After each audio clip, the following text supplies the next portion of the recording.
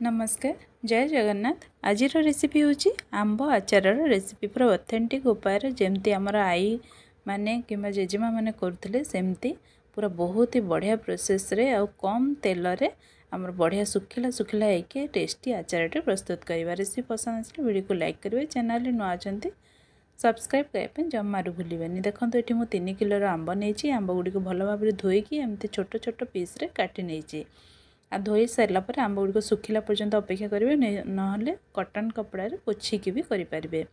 देखो एमती काटी सारा पर मुझे फैन तले 2 घंटा रखी। जदि आपण पाखे खरार व्यवस्था अच्छी ताहले 1 घंटा खरारे रखी ताकू वर्तमान आम कौन करिया गोटे बड़ जगह को ट्रांसफर करनवा एवं से लुण हलदी गोलैकी आम 4 ରୁ 5 घंटा पर्यंत आम छाड़ा। देखो ये मुझे 4 चामच लुण नहीं, 2 चामच हलदी ये सब को देकी भल भाव में गोले नहीं ढांकी 4 ରୁ 5 घंटा रखीदे, जद्वारा कि आंबरू जहाँ पानी बाहर कथा से बाहरी जीव।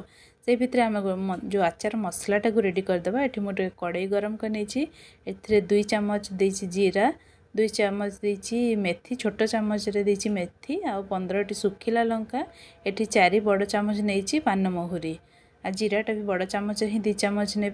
ये सब को आम भल भाव टिके उषुम हवा पर्यंत आपको भाजी नेबा। बेसी कड़ा करके भाजबेनी नचेत भल लगे। देखो जमती आम हाथ में टच हो पार से प्रकार उषुम रखिए, बेसी भी गरम करेंगे। देखो ये आमर मसला भाजी आम गैस फ्लेम को बर्तमान ऑफ करदे। से गरम कड़ाई एठी मु नहीं हलदिया सोरिष 4 चामच एवं जो छोट दाना वाला सोरिष ना राई ताकू नहीं 2 चामच। ये सब को भल भाव देकी आम गोले नवा और ठंडा हाँपे अपेक्षा करवा। बर्तमान ठंडा है एमती खदड़िया खदड़िया करके ग्राइंड करनवा।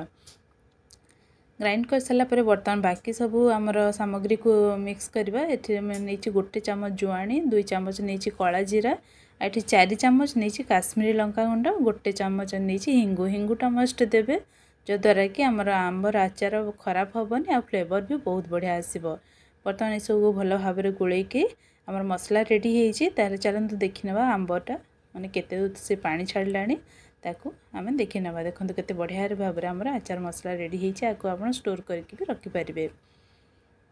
बर्तमान देखो 5 ରୁ 6 घंटा है केते सारा पानी बाहरी जाइए आंबरू। बर्तमान ये आंबरू पानी गुड़िक काढ़ा बहुत दरकार, कहीं आंबर पानी जदि रही आचारटा फिंपी मारिज आ बिल्कुल भी लंग लास्टिंग जीवनी, स्टोर करके रखिपारे नहीं, 2-3 मास ही खराब हो। देखो ये आम आंब गुड़िक एमती गोटे जाली चटुरे नहीं कि एमती गोटे जगार मुझे गोटे पतला कपड़ा तापर बर्तमान आंब गुड़िक एमती सीधा सीधा करके माने चोपा पर्सन को तल पटे और जो आम टाकुआ पर्सन को ऊपर पटे आम देकी सीधा सीधा करके कौन कर पूरा राति सारा छाड़ देची पंखा तले। क्योंकि खरारे देले कहीं आंबटा टी सुखी जाए से तार टेक्सचरटा एत भल आसेनि। से पंखा तले देदेवे जदि आंबटा सुखीबनी आ मॉइस्चरटा सुखीजिव। देखो एमती राति सारा मुझे सारी। बर्तमान सकाळू से आंब गुड़ी गोटे बड़ जगार नहीं आम जो रेडी करके रखी मसला को से 1/3 देती आ गोटे भाग पर देवी। देखो यहपरी भाव में मसला को एमती छिंची देती चारिआडे। बर्तमान से कौन करवा आम ये 1 चामच नहीं कला लुण आ 1 चामच नहीं आमर प्लेन लुण। जेहेतु मसला आम लुण पड़नी से गोटे गोटे चामच मसला पाइका केवल लुण एड कर कहीं आंबर आमर लुण पड़ी। ये मुझे नहीं 1/2 कप भिनेगार एवं ये 250 ग्राम सोरष तेल नहीं आपको प्रथम मु गरम करके ठंडा करके रूम टेम्परेचर रे रखी नहीं।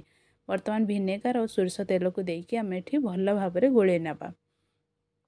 भिनेगारटा देवा द्वारा कौन हुए कि आमर आंबर आचारटा आम पूरा माने टेंशन फ्री रे आप रखिपारे, बिल्कुल भी खराब हेनी। ये मत मसलार परिमाण टी कम लगे से मु बाकी जो बड़का मसला गुड़ी को ताको ऐड करके मु पुणी भल भाव में गोली नहीं।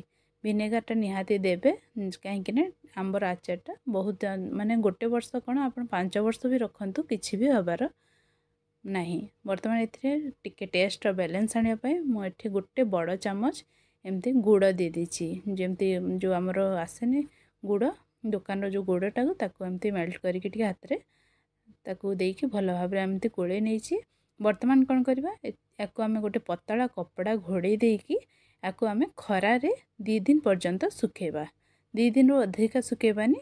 देखो एमती करके आम खरारे देदेबा जो द्वारा कि आमर किसी भी डस्ट पशिबनी आ खरार डायरेक्ट येटा हेनी। देखो 2 दिन पर आमर आंबार आचार केते सुंदर कलर आ टेक्सचर बढ़िया भाव आसी जाइए। किंतु खाइबापी बर्तमान तो भल लगे निहाती 15 दिन रखा पड़ो। 15 दिन पर ही से आचार आंबटा जो नरम हम तेबे जाइए भल लगे। देखो केते कम तेल आते परफेक्टली ऑथेंटिक उपाय आंब आचार या रेसिपी केमती लगे निहाती शेयर करिए मो सहित। जदि पसंद आसो वीडियो को गोटे लाइक करेंगे, चैनल नुआ अच्छा सब्सक्राइब करने जमारू भूलिए। देखो केते बढ़िया भाव रेडी हो लगुच ना यम्मी पने देखला मात्र पाटिरू लाल बाहर जीवो। रहुछि नमस्कार, पुणी देखाबा आ गोटे वीडियो रे।